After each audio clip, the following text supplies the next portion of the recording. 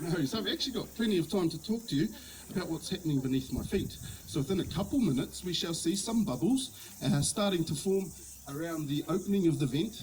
And as that hot water forces its way up through the cooler levels, we shall then see the water beginning to surge as she builds up to her first full eruption. At this point, I usually have a skeptic or two sitting in the crowd saying, "Hey, that's not a natural geyser." I can assure you folks it is. Even if I did not use the surfactant, she'd still erupt all by herself, but predicting when she'll do so, now that's almost impossible. So for tourism and tourists such as yourselves to enjoy, we've been inducing her for the last 80 years or so. Now when she does erupt, there's going to be water hanging around in the air, and it looks like it might go this way today. Don't worry guys, by the time it gets to you, it's going to be nice and cool with a slight soapy feel. To get something that looks like the hot spring there to look like the geyser we have here, what happened was the prisoners came down placing rocks around the base of the hot spring to try and create a restriction or a chimney. The reason for doing so, it was purely for their own entertainment. So in those days they did not have TVs, computers or Pokemon Go. They had to create their own fun. And by creating a chimney, this forced the water into a more narrow opening, which created a stronger jet of water and ultimately sending their clothes even higher. And with every eruption we see the water flowing here. This gets evaporated by that lovely warm sun and also the wind, leaving behind the mineral silica, which is responsible for her white colour and shape. The geyser is named after Lady Constance Knox. Now, in New Zealand's history, quite honestly, she wasn't very important, but her father was. Her father was a gentleman called Lord Ranfurly. He was New Zealand's 13th Governor-General. And in May of 1903, he was in Waiotapu inspecting the prison just to see how they were going on.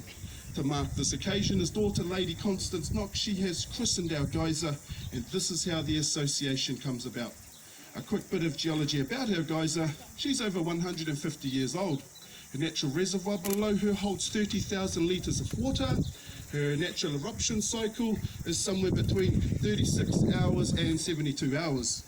Now she can erupt for up to 1 hour, reaching varying heights of between 10 and 20 metres high.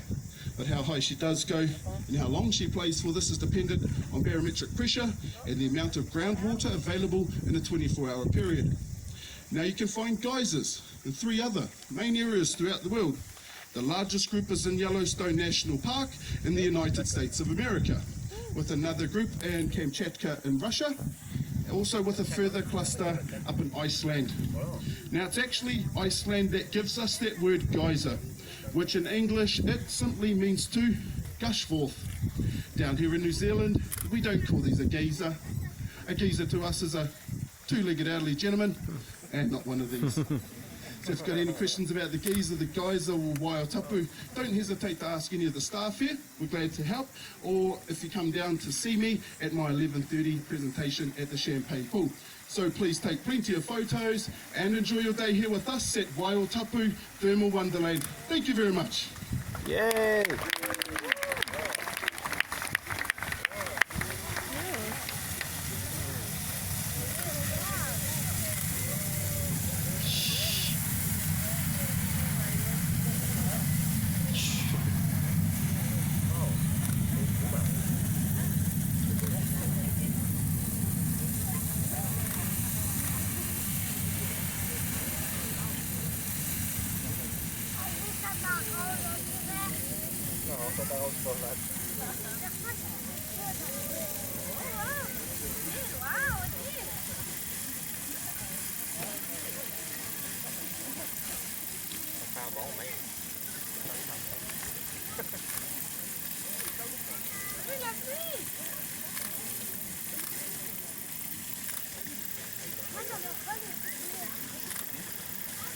Igual lo que le tiras, pero no pasa de